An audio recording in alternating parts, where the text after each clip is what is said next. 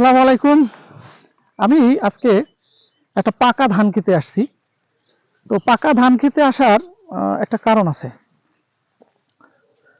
বাংলাদেশের প্রধান ফসল হচ্ছে ধান এবং সারা পৃথিবীতে বাংলাদেশ ধান উৎপাদনে তৃতীয় স্থানে এবং বাংলাদেশের 64টি জেলায় ধান সবচেয়ে সবার শীর্ষে আছে হচ্ছে ময়মনসিংহ, বরিশাল জেলা এবং বরিশাল বৃহত্তর বরিশালে ব্যাপক ধান উৎপাদন হয়। তো যাই হোক, আমি যে কারণে মূলত আজকে এই পাকা ধান খেতে আসছি, দেখেন কৃষক খুব সুন্দর ফসল ফলায়, খুব চমৎকার ধান হয়েছে, আপনারা দেখেছেন।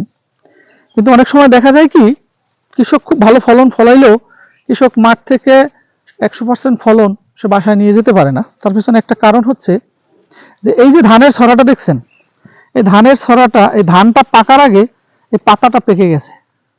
খেয়াল করেন, এই যে ধানটা এখনো পরিপূর্ণ পাকে নাই, কিন্তু আপনার এই পাতাটা পেকে গেছে। ধান পাকার আগে যদি গাছ অথবা পাতা পেকে যায়, তাহলে ধানের ছড়া থেকে ধানগুলো ছড়ে পড়ে যায়। দেখা গেছে অর্ধেক থেকে 1/3 যদি ধান পড়ে যায়, তাহলে চাষির ব্যাপক পরিমাণে কিন্তু লস হয়।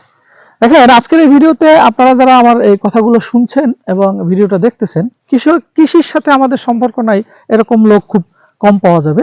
বিশেষ করে যারা ধান চাষ করেন তাদের জন্যই আজকের এই ভিডিওটা। আসলে এটা কেন হয়, এই যে আপনি ধান পাকার আগে গাছ কেন পেকে যায়? তা আসলে এটার একটা কারণ হচ্ছে আমরা অতিরিক্ত ফার্টিলাইজার, রাসায়নিক সার, কীটনাশক ব্যবহার করি। অতিরিক্ত করার কারণে গাছের জীবনকাল কমে যায়। জীবনকাল কমে যাওয়ার কারণে ফল পাকার আগে গাছটা পেকে যায়। এটা হচ্ছে মা পাতা।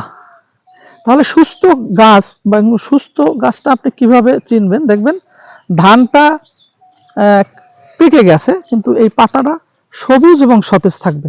তাহলে আপনি বুঝবেন এই ক্ষেতটা সুস্থ আছে এবং এই ধানের খনিটা ভাঙবে না অথবা ধানের ছড়াটা ঝরে পড়বে না। তাহলে আসলে এই সমস্যাটা ম্যাক্সিমাম চাষির ক্ষেত্রেই হয়। এই জন্যই মূলত আজকের এই ভিডিওটা করা। আপনারা যারা চাষি আছেন, আপনারা এই জিনিসটা কেন হয় আপনারা জানলেন। আসলে এটা সমাধানটা কি? আসলে দেখেন, গাছ আপনারা রাসায়নিক সারের ব্যবহার কমাবেন এবং কীটনাশক ব্যবহার করার ক্ষেত্রে খুব সচেতনতা অবলম্বন করবেন। এবং আপনারা গাছের রোগ হয়, গাছের রোগ হয়, আপনারা অন্তত জীবদ্দশায় 2 বার ছত্রাকনাশক ব্যবহার করবেন।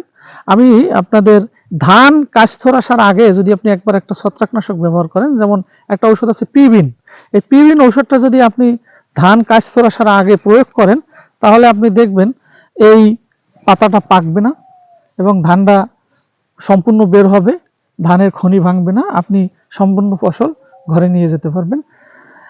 আজকে এই পর্যন্ত। ধন্যবাদ, সবাই ভালো থাকবেন। আসসালামু আলাইকুম।